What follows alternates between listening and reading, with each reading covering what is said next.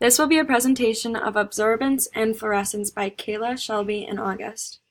The research questions that we were looking to answer were, how can the identity and concentration of a dye be found using absorbance? And how can a fluorescent dye be used to create an absorption and emission spectra? Our goal was to determine the identity and concentration of the dye using its absorbance spectra and to create an absorbance and emission spectra from a fluorescent dye. We designed an experiment using a spectrophotometer to record the spectra of light coming through the samples containing the dye, and then using Excel to calculate absorbance and fluorescence to create spectra. We hypothesized that we'd be able to distinguish and identify our dye and that it will produce a spectra similar to the known spectras. Our result was that the dye was the Lepidus dye and that it had a concentration of 3.09 times 10 to the negative fifth molar.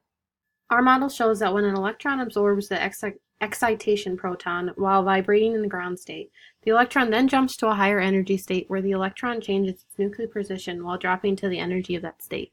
The electron vibrates in the well and drops back down to the lower energy state. When the electron is dropping to the ground state, a photon is emitted.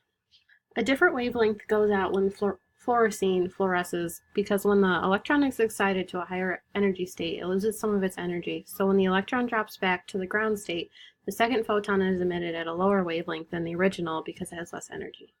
The energy is still conserved because it isn't lost to the system, but is redistributed to the vibrational modes of the molecule. To find the identity and concentration of dye, we set up our spectrophotometer and took intensity readings from a cuvette containing the dye solution with a flashlight on one side of the cuvette producing the light. The data was then transferred to Excel to calculate the absorbance and create an absorbic spectrum, which was compared to the known spectra to determine the identity. This spectrum was also used to calculate the concentration of the dye.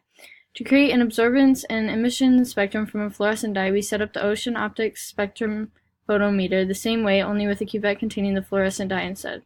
The room had to be dark and the light source had to be at a 90-degree angle from the fiber optics cable to eliminate any unwanted white light that would interfere with the readings. The data we obtained was then also transferred to Excel and used to calculate absorbance and fluorescence, which was then used to create the spectra.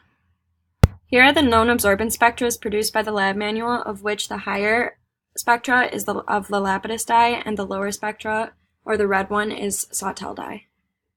To calculate the concentration of the dye, we use the form of Beer's law. The absorption equals the extinction coefficient, which is characteristic of the dye, times the concentration and path length. The absorption was found using the log of the initial intensity, which is the intensity of pure water, which was 63.135, divided by the intensity from the absorbance spectrum, which was 9.595, getting an absorbance of 0.818225. The path length was found by measuring the width of the cuvette since the ocean optics cable was held directly against the cuvette. When rearranging the equation, the concentration comes out to be 3.09 times 10 to the negative fifth molar. With these calculations, we plotted the absorbance versus the wavelength of our dye, and due to the peaks of absorbance being within the same range of wavelength as the known spectra, we can conclude that the dye we investigated was the Lepidus dye. Absorption occurs when the energy of a photon is taken up by matter, typically the electrons of an atom. Fluorescence is the emission of light by a substance that has absorbed light or other electromagnetic radiation, and is a form of luminescence. Using absorption spectra, we are able to find the concentration of a solution sample and identify its species with the help of spectroscopy. In addition, it can be applied in laboratories in identifying unknown substances with its unique absorption fingerprint.